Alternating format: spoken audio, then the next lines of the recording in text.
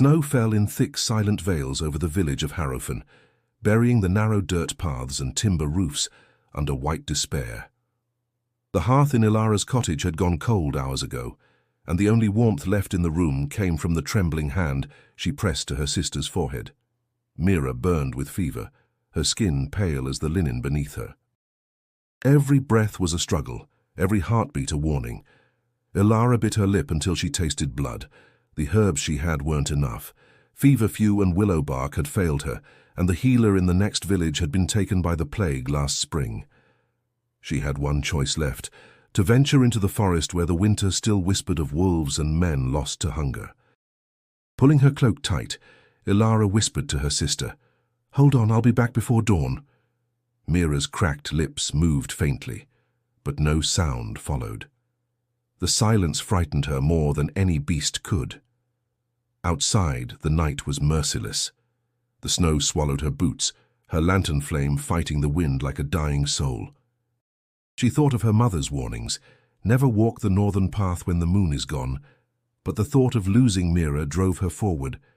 Halfway through the woods, she stumbled over something dark lying in the drift. At first she thought it a carcass, but then it moved. A man, barely breathing. His cloak was torn, his face shadowed by grime and blood. Ilara hesitated. His skin was cold as stone, his pulse faint. She could leave him to fate, save herself the risk, but the healer in her heart refused. Kneeling, she lifted his head gently. "Sir? Can you hear me?" His eyes opened, startlingly sharp, the color of molten gold. Fear rooted her in place. Those eyes were not ordinary, they held the weight of something ancient, commanding. He tried to speak, but choked instead, gripping his chest. "You should not be here," he rasped. "Go." "You'll die," she said firmly. "Let me help you." "I need—" His gaze flicked to her throat, then away, as though ashamed. Blood. Just a drop. Her heart pounded. She'd heard of soldiers who drank blood to survive starvation, of men cursed by battle. The sight of his trembling hand, the desperation etched in his face, stripped away her fear. He was not a monster. He was dying. "If this saves you," she whispered, pulling a small dagger from her belt, "then take it." She drew it across her wrist, a shallow line, enough for a few crimson beads to gather. He froze, horrified by her offering. "I won't hurt you," he swore, but his voice cracked with hunger. "Then take what you need," she urged. "My sister is dying. I can't bear another death tonight." He caught her wrist with surprising gentleness and pressed his lips to the wound. A strange warmth spread through her veins, not pain but an ancient pull, like two lives intertwining for a single heartbeat. His breathing steadied, color returning faintly to his cheeks. When he released her, she saw tears in his eyes. "You've saved me," he murmured, voice steadier now. "I owe you more than life." Ilara bound her wrist quickly, forcing calm into her voice. "Then help me save my sister. If you have strength left, come." He nodded once, as if a vow had been sealed. She helped him to his feet. He was weak but proud, every movement carrying the ghost of nobility. His cloak shifted, revealing a gold ring carved with a wolf's head, the emblem of Aldervale's royal house. Ilara noticed but said nothing. The king was dead, or so they said. Whoever this man was, he bore secrets heavy enough to drown in. As they trudged back through the snow, the wind howled like a warning. Behind them, the forest swallowed their footprints, erasing the proof of what she had done. If you're already drawn into Ilara's world, subscribe for more breathtaking stories like this, stories where love, courage, and sacrifice intertwine beneath the shadow of kingdoms. By the time they reached her cottage, the first grey of dawn crept over the horizon. The man collapsed beside the hearth, unconscious but breathing. Ilara fell to her knees beside her sister, praying that mercy might favor them both. Somewhere in the woods, a distant horn sounded, low, searching, and far too close. When dawn fully broke over Harrowfen, the snow had quieted, blanketing the world in fragile silence. Ilara woke with the ache of exhaustion, her hands trembling as she stoked the dying embers in the hearth. The stranger still lay near the fire, his chest rising with shallow, steady breaths. His face, once deathly pale, now held faint color, proof that what she had done had not been in vain. Mira stirred weakly on the bed. Her fever had broken. The flush of life crept back into her cheeks, her breathing even. Ilara froze, hardly daring to believe it. She touched her sister's brow, whispering, "Mira, you're warm again." Mira's eyes fluttered open. "Ilara?" Her voice was hoarse but alive. "What happened?" Ilara swallowed hard. "You were dying. I went to the forest for herbs and found a man. He needed help. I brought him here." Mira frowned faintly, her gaze sliding toward the figure near the hearth. "You brought a stranger into our home?" "I couldn't leave him," Ilara said, her voice low, steady but uncertain. "He would have died." Before Mira could reply, a groan came from the corner. The man stirred, blinking as the light touched his eyes. He tried to rise but grimaced, clutching his side. Ilara rushed to steady him. "You shouldn't move," she said. He met her gaze, and for a moment she felt the weight of those golden eyes again, piercing, unreadable. "You saved me," he said quietly, "and because of that I owe you a life." Ilara looked away, embarrassed. "I didn't do it for a debt. You needed help. You gave blood to a man you didn't know." His tone carried both awe and guilt. "That is not mere kindness. It is courage." Mira watched the exchange with suspicion. "Who are you?" she asked, her voice sharp despite her weakness. The man hesitated, then answered, "My name is Rowan." "Just Rowan?" Ilara asked, raising a brow. A ghost of a smile crossed his lips. "For now it will do." The name lingered in her thoughts. She offered him broth, which he accepted gratefully, though his hands shook as he lifted the bowl. He ate little, yet every motion carried a quiet dignity, the kind one didn't find in commoners. Ilara noticed the ring again, gleaming faintly in the firelight, the gold wolf's head engraved in perfect detail. When she asked about it, Rowan's expression darkened. "It was my father's," he said shortly, then turned his gaze to the fire. Outside, the wind howled through the cracks of the shutters. Harrowfen was not a kind place to strangers, especially ones found half dead in the snow. Ilara knew the gossip that ruled the village. Any misstep branded as witchcraft, any act of compassion twisted into sin. If word spread that she had taken in a wounded man, questions would follow. Mira voiced the same fear. "If anyone sees him here, they'll think you've taken a lover or worse." Ilara flinched. "Then no one will see him." "He'll stay in the barn until he's strong enough to leave." Rowan's gaze flicked between them. "I won't bring you danger," he said firmly. "If anyone asks, say I was never here." "You'll die out there," Ilara argued. "You can't even stand." "I've survived worse," he murmured. The silence that followed was heavy, filled with unspoken gratitude and distrust. Finally, Ilara sighed. "You'll rest here one night. Tomorrow we decide." He inclined his head in silent agreement. Later, as twilight returned, Ilara watched from the doorway as Rowan slept again. His face, softened by fatigue, seemed almost peaceful, yet she couldn't shake the feeling that something about him didn't belong to the life of an ordinary man. His hands were too clean, his words too measured. He bore the manner of one used to command, and to loss. When she returned inside, Mira's voice called softly, "Ilara, are you sure about him?" "No," Ilara admitted. "But something tells me our lives changed the moment I found him." Outside, the snow began to fall again, erasing their footprints for the second time. The wind carried a faint echo, distant yet familiar, a horn, mournful and searching. Ilara glanced toward the sound and whispered, "Who are you, Rowan?" The fire crackled in answer, throwing golden light across her scarred wrist, the mark of the night she made a blood pact she did not yet understand. Morning arrived grey and bitter. The village of Harrowfen stirred slowly beneath the frost, smoke curling from chimneys like whispers of uneasy dreams. Ilara moved quietly through her cottage, trying to appear as though nothing in her life had changed, though everything had. Rowan was awake now, though still pale, resting in the barn behind the house. Mira insisted on helping, but her strength had not fully returned.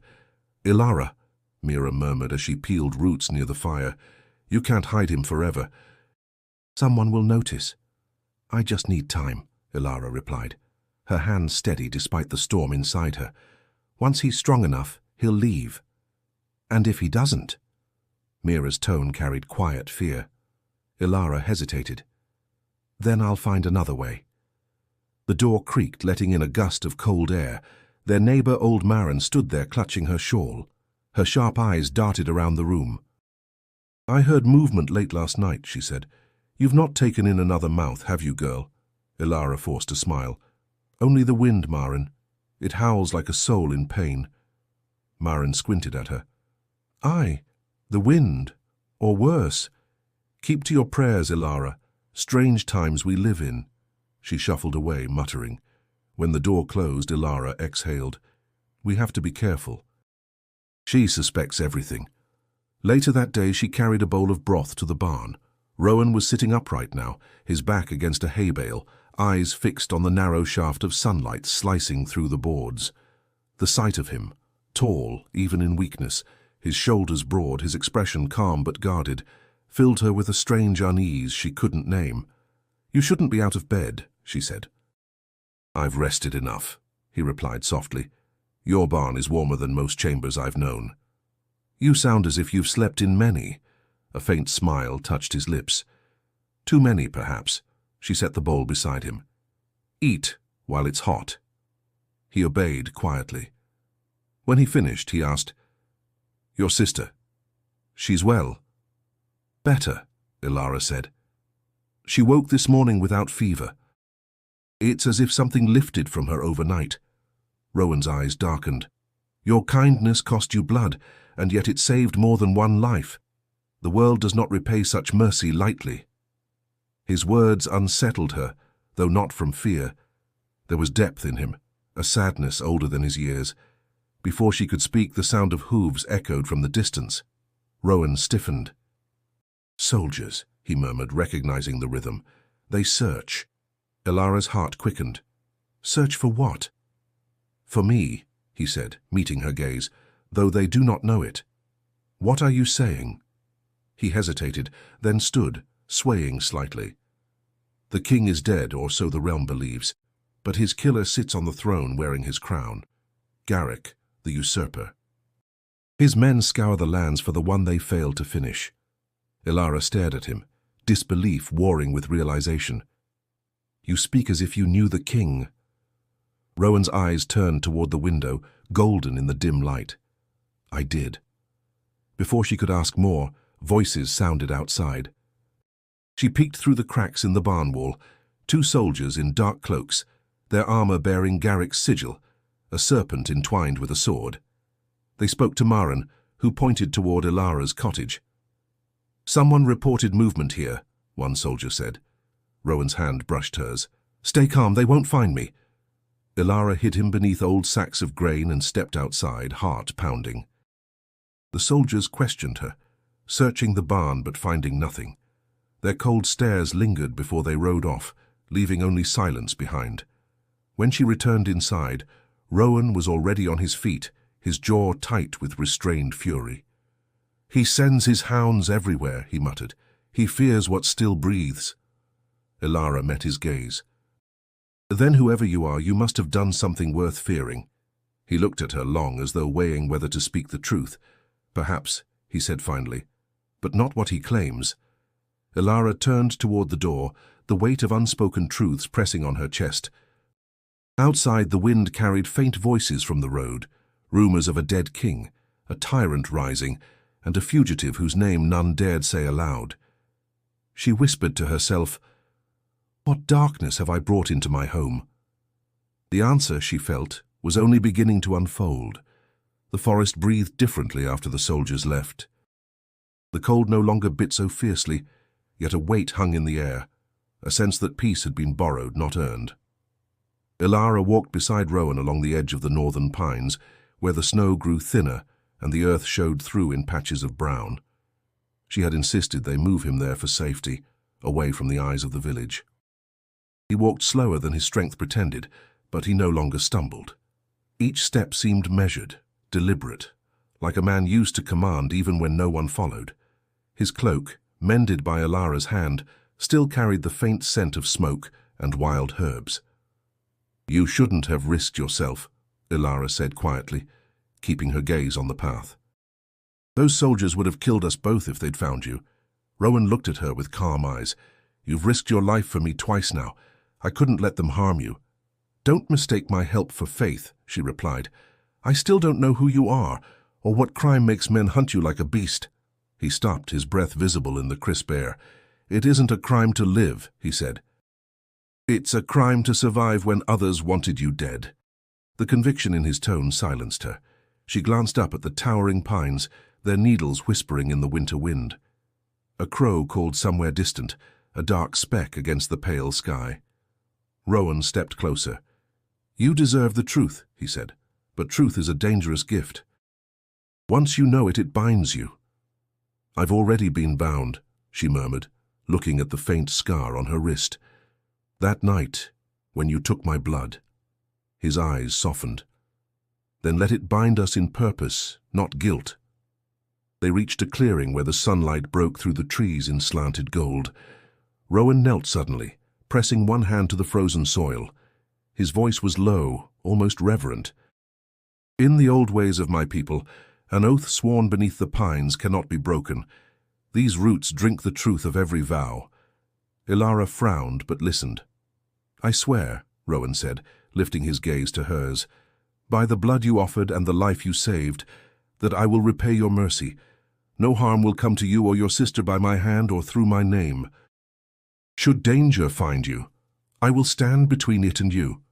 His words carried the weight of ritual ancient and solemn. The wind stilled, as though the forest itself bore witness. Ilara hesitated before answering. Why would a hunted man swear such a promise to a stranger? "Because no one else ever would," he replied. "And because I was not always a hunted man." She caught the flicker of pain behind his composed expression. "You were someone of rank," she guessed. "A knight, perhaps." He smiled faintly, though it did not reach his eyes. "Something like that." They stood in silence for a while. The light shifted, catching in the gold of his ring. Ilara wanted to ask more, to pry open the secrets he carried like armor, but something in his manner warned her against it. Instead, she said softly, "Then keep your oath, Rowan, and I'll keep mine." "What oath is that?" "To not let fear make me cruel." He studied her for a long moment. "You have more courage than most who call themselves warriors." "Courage?" she said with a sad smile. "No. Just too much to lose." When they returned to the cottage, Mira was waiting at the door, her eyes bright with questions. She looked from Rowan to Ilara, her suspicion tempered now by curiosity. "You trust him?" she asked. "I trust what I've seen," Ilara answered. "And what have you seen?" Ilara glanced back toward the woods. "A man who keeps his promises." "For now, that's enough." That night, as the fire burned low, the sound of the wind through the pines drifted into the cottage. It carried a strange harmony, almost like words. Mira, half asleep, whispered, "It sounds like the forest is singing." Ilara stared into the embers, thinking of Rowan's vow. "No," she said softly. "It's listening." By the third morning since Rowan's vow, the quiet of Harrowfen had begun to feel unnatural, as though the air itself waited for something to happen. The snow had melted into slush along the roads, and the sound of dripping roofs echoed through the narrow lanes. Ilara pulled her cloak around her shoulders, preparing to go to the village market. She needed herbs and food, supplies enough for 3 mouths now, though she dared not admit it aloud. Mira, seated by the window, watched her tie the bundle of coins at her waist. "If you go, be careful," she said. "People talk. They notice every coin, every whisper." "I'll be quick," Ilara replied. "We have to eat." Rowan, leaning against the wall near the hearth, spoke quietly. "Take the back path along the mill. Fewer eyes there." "You sound like a man who's hidden before," she said, trying to lighten her tone. "I have," he answered simply. The exchange lingered in her mind as she made her way to the market. Harrowfen Square buzzed with familiar sounds. traders calling out prices, children chasing one another through the mud, the smell of roasted barley mixing with the metallic scent of rain. It should have felt comforting, but Ilara's every step carried tension. At the herb stall she greeted the merchant, an old man named Taran. He smiled, revealing a mouth of missing teeth. "You've been scarce, healer," he said. "Folk said your sister was ill." "She was," Ilara replied, selecting a handful of sage. "She's recovering." "Good," he said, weighing the herbs. "We need healers these days. The soldiers are rougher with every visit. They search for some outlaw, though they won't say who." Ilara's heart skipped. "An outlaw?" Taran shrugged. "They say he's dangerous, carries a noble crest, travels with witches or whores, depends who's telling it." She forced a neutral smile. "Stories grow like weeds." As she paid, a man nearby paused his trade to watch her. He was unfamiliar, dressed like a traveler, though his boots were too fine for a merchant's life. His gaze lingered on the extra pouch she carried. When she met his eyes, he smiled faintly, the kind of smile that knew more than it should. Ilara finished her errands quickly and slipped down the narrow lane behind the tannery, but the sense of being followed clung to her. When she turned the corner toward the forest path, she caught sight of the same man speaking to a soldier in a crimson cloak. Her pulse quickened. She didn't stay to listen. She ran. By the time she reached the cottage, her breath came in ragged bursts. Rowan was already outside stacking wood. He looked up sharply. "What happened?" "Someone followed me," she said, clutching her basket. "A man in the market. He spoke with a soldier after I left." Rowan's expression hardened. "Garrick's men." "Are you sure?" He nodded. "They move in pairs, a civilian to mark, a soldier to strike. You weren't followed home." "I don't think so." Mira stepped out, alarmed. "Ilara, what have you done?" "I bought food, nothing more." Rowan's voice dropped to a command she hadn't heard before. "Pack what you can. If they come, they'll burn everything." His certainty frightened her more than the soldiers ever had. "We can't just leave," she argued. "This is our home." "It was," he said firmly. "Now it's a target." They worked in silence, gathering what little they owned. The first horn sounded before sunset, a deep, echoing note that froze the blood in Ilara's veins. "They're here," Rowan whispered. Mira clutched Ilara's hand. "We can hide in the cellar." "No," Rowan said, unsheathing a dagger she hadn't seen before, its hilt engraved with that same golden wolf. "They'll torch the house first. The forest gives us a chance." The pounding of hooves grew louder. Ilara's mind raced, every memory of this cottage, of her mother's voice, of Mira's laughter within these walls, about to be swallowed by fire. Rowan met her eyes. "Trust me once more." She nodded, grabbing Mira's arm.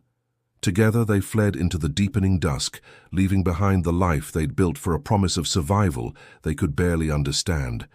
Behind them, flames caught in the night sky, and the air filled with the scent of burning pine. The forest closed around them like a living wall. Every breath they took came out in white clouds. Every step broke the silence with a crunch of frozen earth. Ilara ran until her lungs burned, until Mira stumbled beside her, and Rowan caught her arm before she fell. Behind them, Harrowfen burned. The orange glow painted the low clouds with sorrow. "We can't stop," Rowan said, voice steady, though his breathing was harsh. "They'll track by the light." Ilara glanced back once. The home that had sheltered every memory of her life was now a pyre. "There's nothing left," she whispered. Rowan's jaw tightened. "Then we go where they won't follow." They followed a narrow stream that twisted deeper into the ironwood, the oldest forest in Aldervale. Its trees grew close and tall, their roots rising like veins from the frozen soil. Legends said travelers vanished here, swallowed by the forest's silence. To Ilara, it felt less like a curse and more like protection. As they walked, Mira's strength waned. "I can't," she gasped, sinking to her knees. Ilara knelt beside her, brushing the hair from her damp forehead. "We'll rest a moment." "No," Rowan said, scanning the woods. "They'll cover ground faster than us." His words were harsh, but his tone wasn't cruel, only desperate. He looked toward the canopy, where faint light shimmered through the branches. There's an old ranger's hut ahead, if memory serves. We can reach it by nightfall. Mira tried to rise, but Ilara saw the tremor in her legs. She's barely standing, she said. You can go on if you must, but I won't leave her. Rowan turned sharply.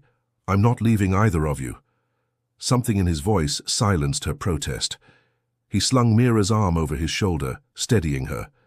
The ease with which he carried her small weight betrayed strength that didn't belong to a wanderer. Hours passed. The light faded until the woods were nothing but shifting shadows. They reached a clearing where the remnants of an old hut stood, half collapsed, roof caved, but the stone hearth still intact. Rowan guided Mira to the wall and turned to Ilara. We'll rest here. Gather what you can for firewood. Ilara obeyed, though exhaustion made her limbs heavy.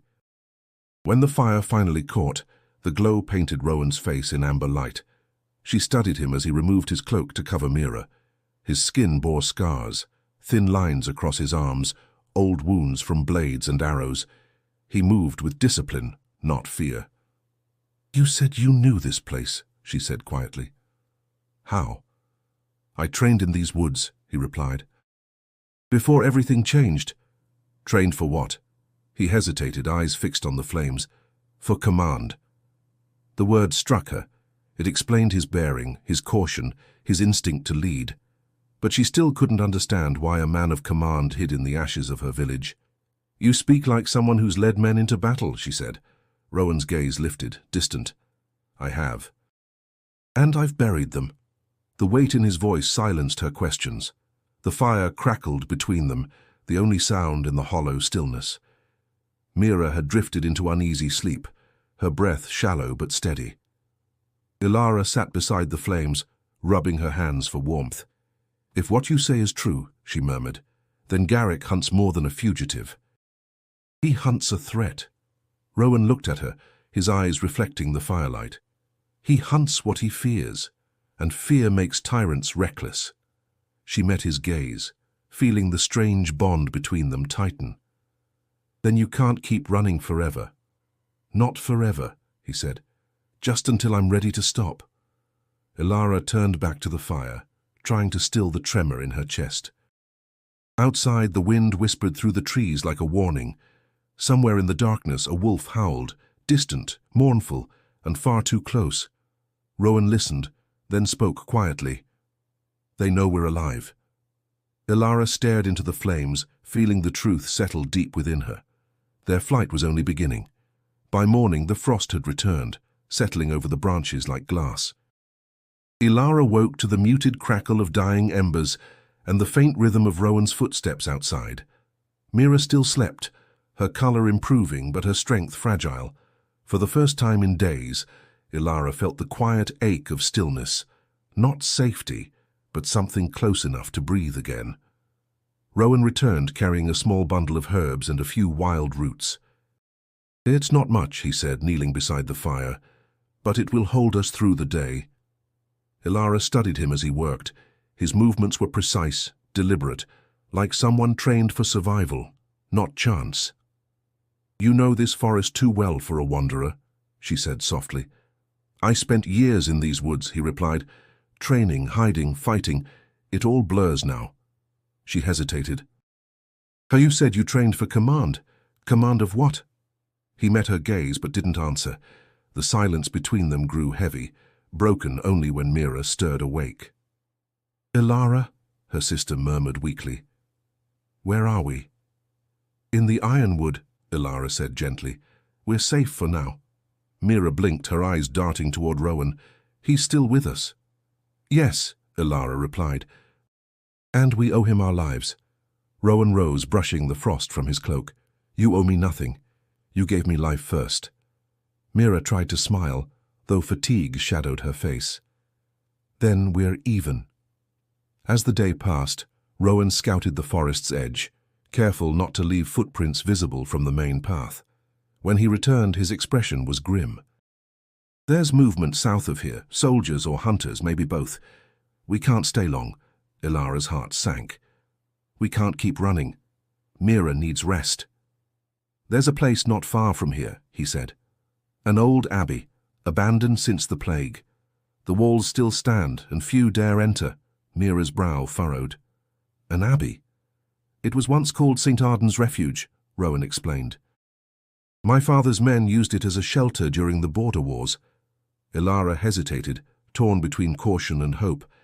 If it's so well known, won't they search there? Not anymore, Rowan said. They say it's haunted. The word hung in the air like frost.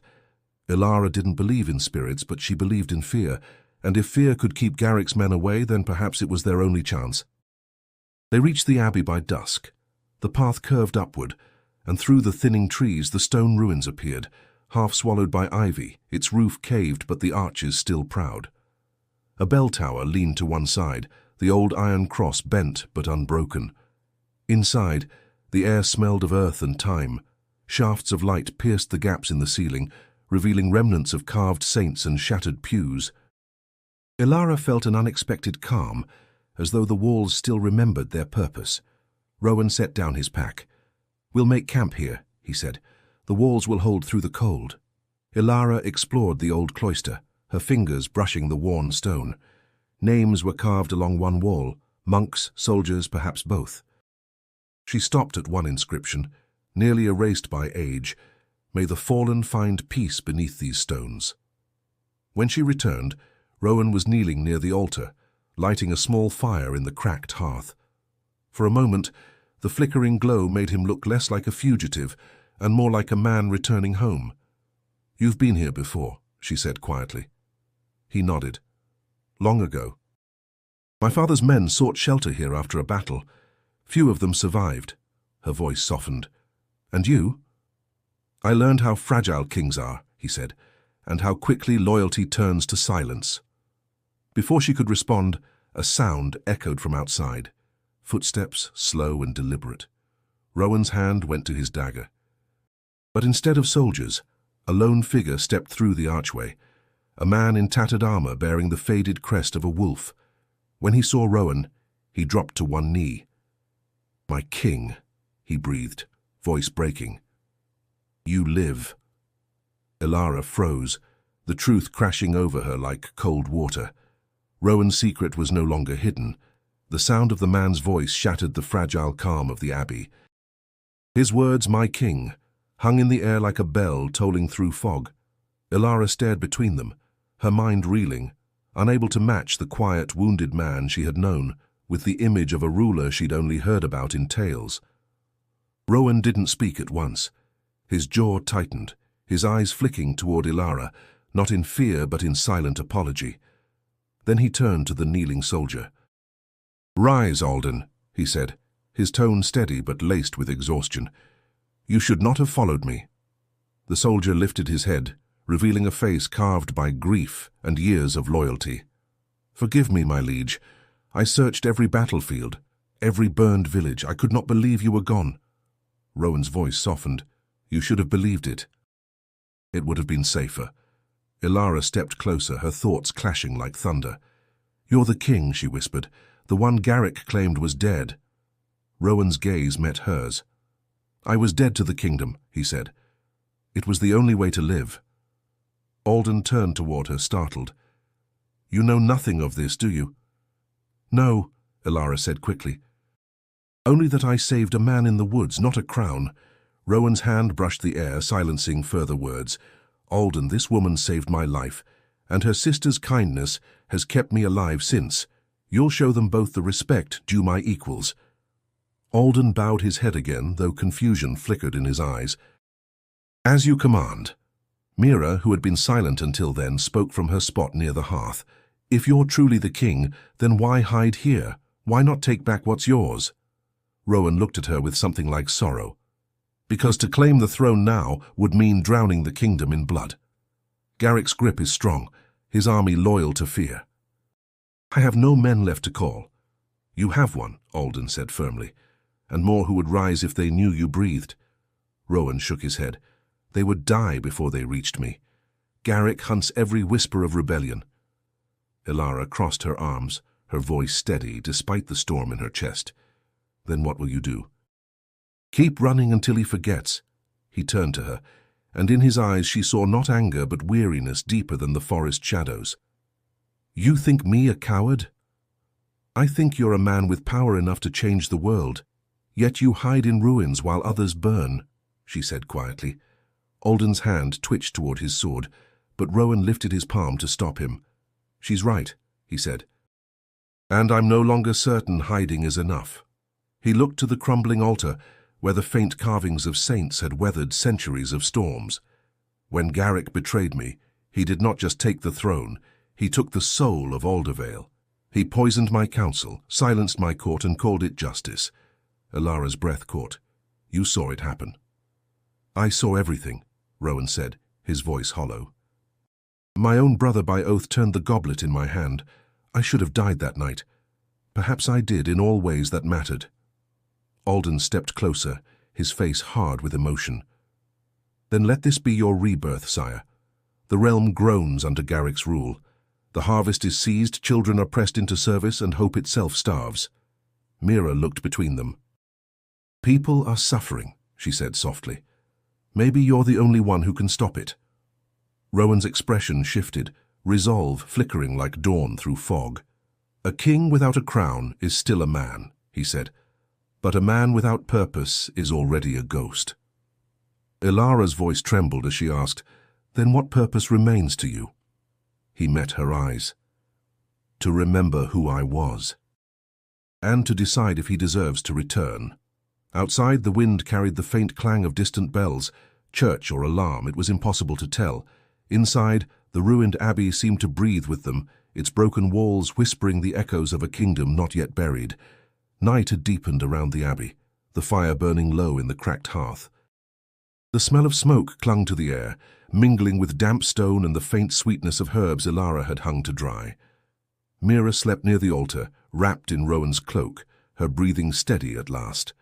Alden kept watch near the archway, his sword laid across his knees.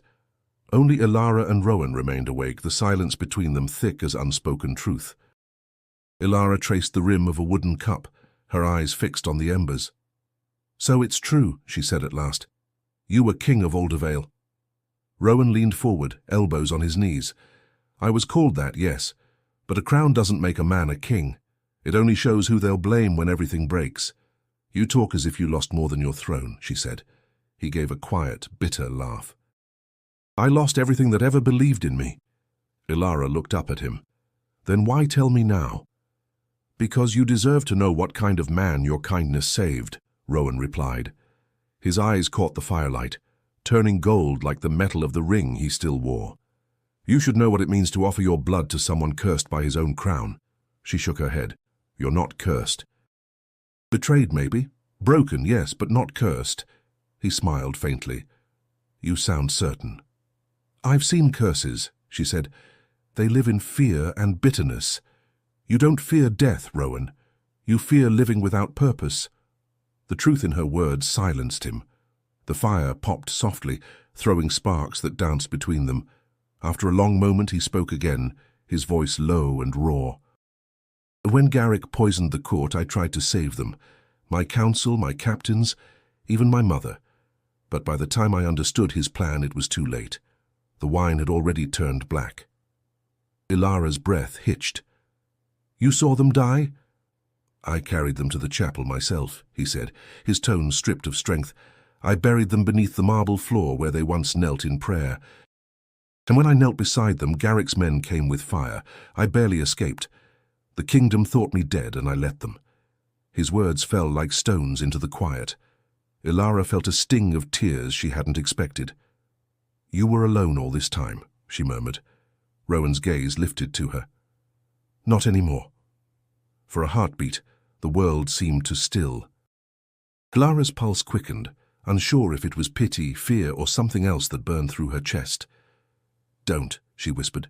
"Don't say things you can't mean." "I mean every word," he said. "You found me when I'd stopped being a man. You didn't ask for my name or my past. You gave me life when I deserved none." Ilara rose, turning away from the weight of his voice. "So you don't owe me gratitude." "It's not gratitude." She stopped, the firelight painting gold across her hair. "Then what is it?" He stood behind her, close enough that his words brushed her skin like breath. "It's the first thing that's felt real since everything ended." Her throat tightened. "You don't even know who I am, Rowan." He stepped closer. "I know enough. You're brave when you should be afraid, gentle when the world would make you cruel. You remind me what kind of man I swore to be." Ilara turned, meeting his gaze. The distance between them vanished, but the air trembled with restraint. She could see the struggle in him, the pull between duty and desire, between the man and the king. "This can't happen," she said softly. "Your people need a ruler, not a distraction." He smiled faintly. "Then let me be a man tonight and a king tomorrow." Her heart ached at the quiet plea in his voice. "Tomorrow," she said, forcing herself to step back. "You'll have to remember what that means." Rowan's hand fell to his side, his jaw tightening with unspoken words. "Then I'll remember you with it." Outside, the wind rose, carrying the scent of smoke from distant villages. Ilara turned away, unaware that the night itself was listening, that even here, in the heart of ruin, the storm of destiny was already stirring again. Dawn crept slowly over the ruins of St. Arden's Abbey, painting the shattered walls in pale gold. The fire had gone cold, and the quiet that followed the night's confession felt fragile, like glass balanced on breath. Ilara moved silently as she gathered her satchel, her thoughts heavy and uncertain. Rowan was outside already, sharpening Alden's spare blade against a stone, his movements precise, measured, like a man waiting for a storm he already knew would come. Mira watched from her place near the doorway, her blanket wrapped tight. "You didn't sleep," she said softly to Ilara. "No," Ilara replied. "Neither did he." Mira followed her gaze to the courtyard. "He cares for you." Ilara's voice caught. "Don't start." "I see how you look at him," Mira continued. "And how he looks at you, like you're the last light left in a kingdom gone dark." Ilara didn't answer. She couldn't. Her heart was tangled between admiration and fear, both pulling her toward the same man. Alden entered moments later, his armor faintly glinting where he'd managed to polish it. "There's smoke on the southern ridge," he said. "Too much to be a campfire." Rowan stood. "How many?" "Couldn't tell, but close enough to reach us by noon if they follow the river road." Ilara's pulse quickened. "Then we have to leave." Rowan shook his head. "Running now will only expose us. Garrick's men hunt by movement, not tracks. We stay until I know their numbers." Alden hesitated. "You think they've found us?" Rowan's eyes hardened. "They will." The morning dragged into uneasy silence. Every sound, the rustle of wind, the creak of old wood, seemed too loud. Mira hummed softly, trying to calm her nerves, while Ilara crushed herbs into paste for wounds that hadn't yet been made. Rowan and Alden spoke in hushed tones by the archway, voices sharp and low. Then came the first sound of danger, the soft thud of hooves muffled by damp earth. Rowan froze, head tilting slightly. "They're here." Alden drew his sword, his expression grim. "How?" Rowan's answer was a whisper that felt like a wound. "Someone led them." Ilara's chest tightened. "No one knew we were here." A shout cut through the air, followed by the clash of metal. Arrows whistled through the broken roof, splintering stone. Rowan pulled Ilara behind the altar as Alden charged toward the entrance. Mira screamed as soldiers burst through the outer wall, their armor bearing Garrick's serpent crest. Rowan fought with the grace of memory, not fury. Every strike was clean, efficient, driven by the weight of purpose. Alden held the doorway as long as he could, his voice carrying above the chaos. "Go, take them north." "I won't leave you," Rowan shouted back. "You must." Alden's blade clashed again, sparks flying. "A king dies for his people, not beside one soldier." The words cut deep, but Rowan obeyed. He grabbed Ilara's wrist, pulling her toward the side passage. "Stay close!" Mira stumbled after them, clutching her satchel. Behind them, Alden's final cry echoed, a sound of defiance swallowed by steel. Rowan flinched, but didn't turn back. They burst into the forest beyond the abbey's walls, the cold morning air slicing their lungs. The shouts of soldiers faded, replaced by the pounding of blood and the crack of branches underfoot. When they finally stopped, Ilara collapsed against a fallen tree, tears streaking her soot-stained cheeks. "He's gone," she whispered. "Alden, he died for us." Rowan knelt beside her, his face drawn tight with grief. "He died for something greater. He died for hope." Mira looked up through trembling breath. "And now what?" "We have nowhere left to run." Rowan's gaze turned toward the horizon, where faint columns of smoke marked the path of Garrick's army. "No," he said, voice steady as stone. "We don't run anymore. We fight." Ilara stared at him, seeing not the fugitive she had once found, but the king rising from his own ashes. "Then we fight," she said, her voice breaking but resolute. The first light of day burned through the trees, fierce and merciless. Behind them the abbey smouldered, a grave for loyalty and the birthplace of rebellion. They reached the northern ridge by nightfall, the forest thinning into rough hills that overlooked the mist-covered valley below. Exhaustion clung to them, but something fiercer had replaced fear: resolve. Ilara watched Rowan stand on the slope, the wind tangling through his dark hair as he surveyed the land stretched beneath the stars. For the first time, she understood the quiet gravity that had always surrounded him. He was no longer a man in hiding. He was a king remembering his place in the world. Mira sat nearby, tending a small fire with trembling hands. "We can't keep moving like this," she murmured. "We need shelter, food, people." Rowan turned to her. "People are what we'll find. There are villages beyond this ridge, ones still loyal to the old banners. They've waited for a sign. I'll give them one." Ilara frowned. "You've seen what Garrick does to those who resist. If you ask them to rise, they'll die for you." "They already die for him," Rowan said quietly. "Starved by his taxes, beaten by his soldiers. I'd rather they fall fighting for their own freedom." His words carried a conviction that silenced her. Still, the memory of Alden's death pressed like a bruise in her chest. "And if you fall again?" she asked. He looked at her, and there was no arrogance in his reply, only truth. "Then at least I'll fall standing." The next morning they descended toward the valley. The land here bore the scars of neglect, fields gone wild, cottages half collapsed, the smell of smoke lingering from old raids. Yet in every ruin signs of life persisted, a candle flickering in a window, a farmer's prayer whispered over dying soil. Rowan approached a group of men mending a broken cart near the road. Their wary stares turned to disbelief as he spoke. "I am Rowan of Aldervale," he said, his voice carrying the weight of forgotten authority. "The true king you were told was dead. I ask not for loyalty but for courage." One of the men, grey-haired and scarred, studied him for a long moment. "If you're truly the king, prove it." Rowan removed the ring from his finger, the golden wolf, tarnished but unmistakable. The man's breath caught. He fell to one knee and the others followed. "The wolf still stands," the man said softly. "Then so will we." Word spread faster than Ilara thought possible. By evening, men and women from nearby farms had gathered, bringing old weapons, rusted armor, and stories of loss. The sound of sharpening blades filled the air like a heartbeat. Rowan moved among them, not as a monarch but as one of their own, listening, teaching, remembering their names. Ilara helped where she could, tending wounds, mixing herbs into poultices, teaching mothers how to treat fever, and soldiers how to clean a blade without infection. Her hands worked automatically, but her mind kept drifting toward him, toward the strange, steady fire that had taken hold in both their hearts. That night, as the makeshift camp settled into uneasy rest, Rowan approached her. "You've done more for them than I ever could," he said.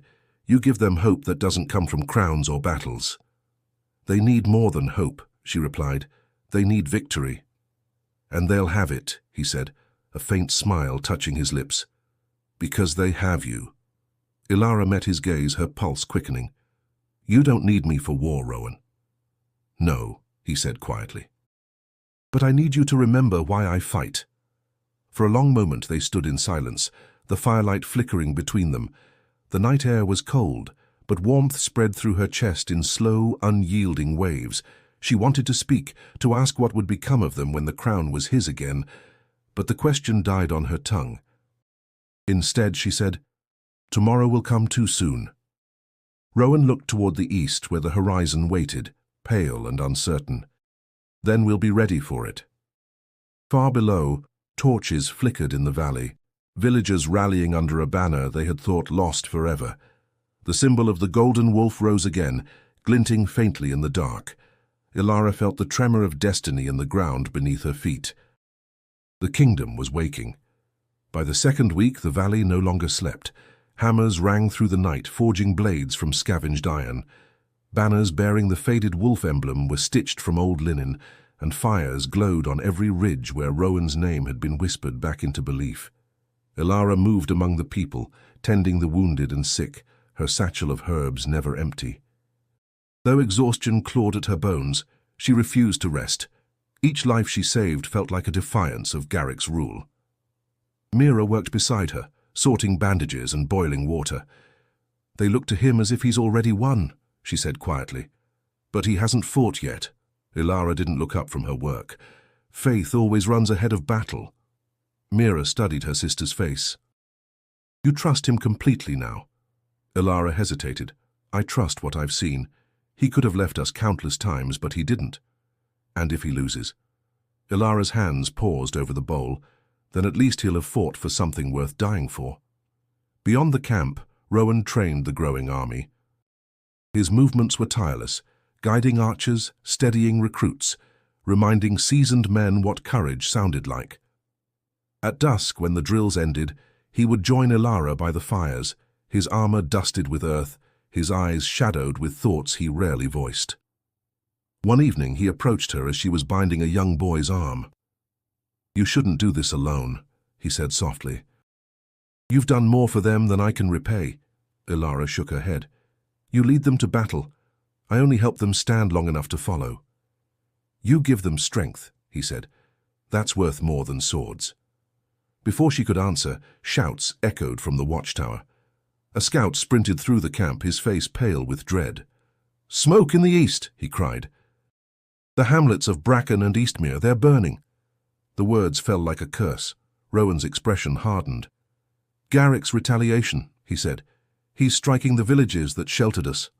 Ilara's chest tightened. "There are families there, children." "I know," Rowan replied grimly. "That's why we can't wait any longer." He called for his captains, his voice steady, though grief flickered beneath it. "He burns to break our will. We answer by standing." When the men dispersed, Ilara caught his arm. "You can't save everyone, Rowan."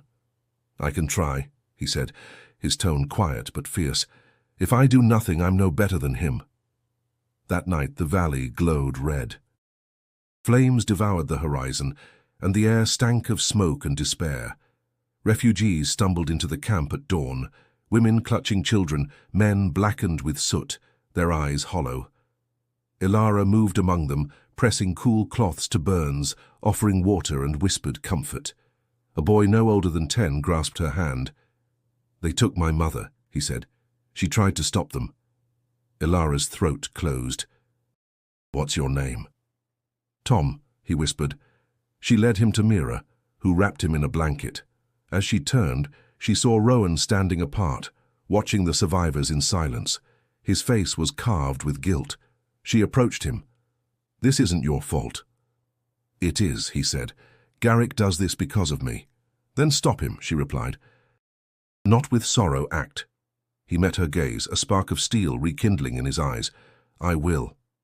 The following morning, Rowan gathered his captains. "We march north by dawn," he declared. "Every village that still stands will join us. We'll take back Aldervale not as conquerors, but as its rightful sons and daughters." The crowd roared their approval, the sound echoing through the valley like thunder. Even the wounded lifted their voices. Ilara watched, pride and dread mingling inside her.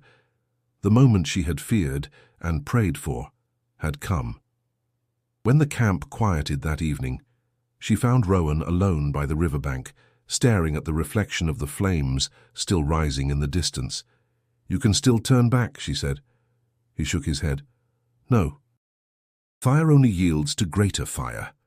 She looked out across the burning horizon, her voice barely above a whisper. "Then may yours be the one that ends it." The march toward Aldervale began beneath a sky bruised with grey. Mist clung to the hills, swallowing the world in silence until the sound of footsteps broke through, hundreds of them, steady and relentless. Farmers, soldiers, widows and boys too young for battle followed the banner of the Golden Wolf, their faces marked by loss, but their eyes alive with purpose. Ilara rode near the front beside Rowan, her heart thrumming with dread and hope in equal measure. The closer they came to the capital, the sharper the scent of smoke grew. Garrick's men had burned villages along the outer road, leaving only charred beams and crows. Each ruin fed the anger of those who marched. Rowan's jaw tightened with every mile, but his voice, when he spoke, carried calm resolve. "Remember," he said, "we fight not to destroy, but to reclaim. We are not the same as him." By the time the city walls rose through the haze, the sun had already sunk low, its light blood-red against the horizon. The once proud towers of Aldervale stood dark, banners of the serpent fluttering where the wolf had ruled. Ilara's stomach knotted at the sight. "He's waiting for you," she whispered. Rowan's reply was steady. "Then he won't wait long." That night they made camp in the outer fields. The men murmured prayers, sharpened blades, and passed flasks in silence. Ilara tended to the wounded from skirmishes along the road, her hands shaking only when she was alone. Mira found her near the fire. "You're pale," she said. "Eat something." "I can't," Ilara murmured. "Every breath feels borrowed." "Then borrow it," Mira said softly, "until this ends." Before dawn, the horns sounded. The world seemed to hold its breath. Rowan mounted his horse, his cloak whipping in the wind. "Today," he called, "we end the reign of fear. Today Aldervale remembers its name." The army surged forward. The clash of steel and cries of men filled the air, echoing off the stone walls. Arrows rained from the battlements, striking shields and earth alike. Rowan led from the front, his movements sharp and deliberate, each command cutting through chaos like thunder. Ilara stayed behind the first line, tending to the fallen as the battle roared. The ground trembled beneath her feet. She worked until her hands were slick with blood that was not her own, whispering prayers she no longer believed in. Through the smoke, she caught glimpses of him, Rowan's sword flashing, his voice rallying men who refused to die quietly. When the gates finally splintered, a roar erupted. The army flooded into the city like a rising tide. Rowan disappeared into the storm of fighting, and for a heartbeat Ilara couldn't breathe. She pushed through the wounded, searching the streets littered with broken armor and shattered hope. Near the citadel steps, she found him. Garrick's banner hung above, black against the dawn. Rowan stood at its base, facing the usurper himself, a tall man clad in silver armor, his smile sharp as a blade. "So the ghost returns," Garrick said, raising his sword. "I should have buried you deeper." "You should have fought with honor," Rowan replied, "but you wouldn't know the word if it cut your throat." Their swords met with a sound that split the morning. The duel was swift but brutal, Rowan fighting not with vengeance but precision, Garrick driven by arrogance. Sparks flew as steel clashed against steel. Garrick's laughter turned to rage when Rowan's strike disarmed him, sending his blade skittering across the stones. "You won't kill me," Garrick hissed. "You don't have it in you." Rowan's voice was low. "You're right. The kingdom doesn't need another murderer." He stepped back, lowering his sword. "But it will see justice." Guards hesitated, then knelt one by one. Garrick's reign ended not with a scream, but with silence. Ilara reached Rowan as the city bells began to ring, a sound not of mourning but awakening. She touched his arm, her voice breaking. "It's over." He looked down at her, the crown of his ancestors glinting faintly in the rubble at his feet. "No," he said softly. "It's only begun." The bells of Aldervale rang through the dawn, their echoes washing over the broken streets like waves. Smoke still rose from the city, mingling with the morning mist, but beneath the ruin, life stirred again. People emerged from shuttered homes and cellars, blinking into the pale light. For the first time in years they looked toward the citadel without fear.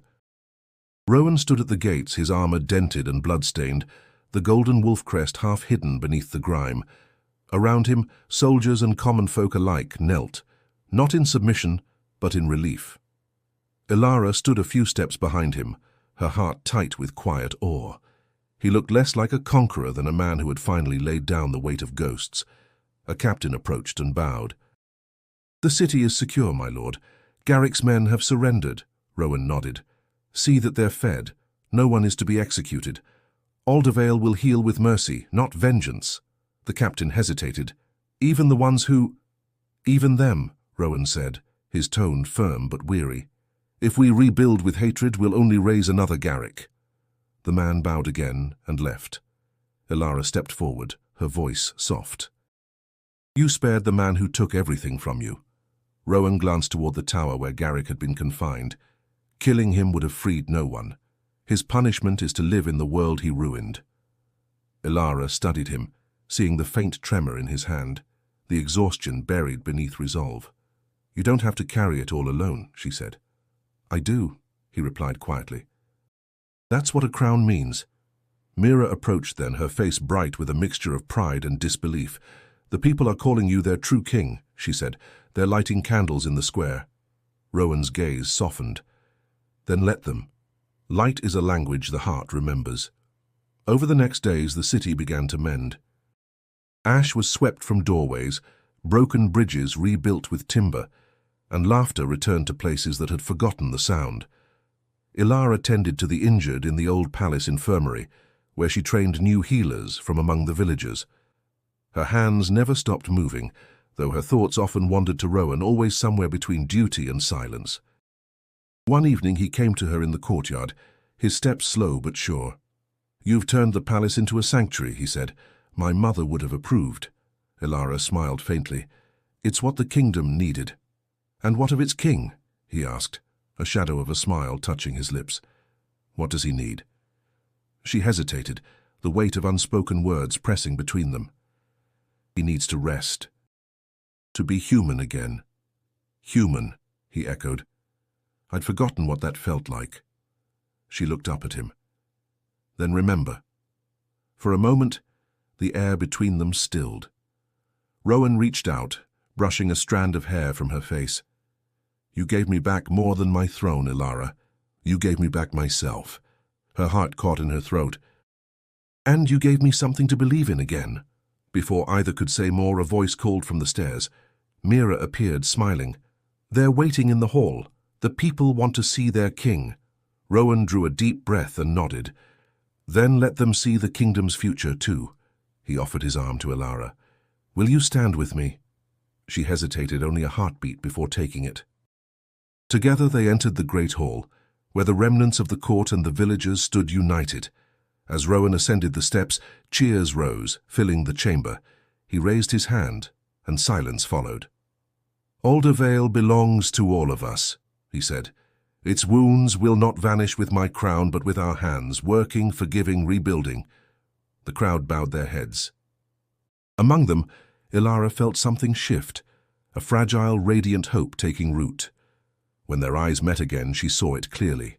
The king had returned, but the man she had saved still lived within him, and for the first time, she allowed herself to believe that both could remain. Spring returned slowly to Aldervale. The frost that once gripped the land had melted into rivers that fed green fields again, and the city that had stood in ruin began to breathe.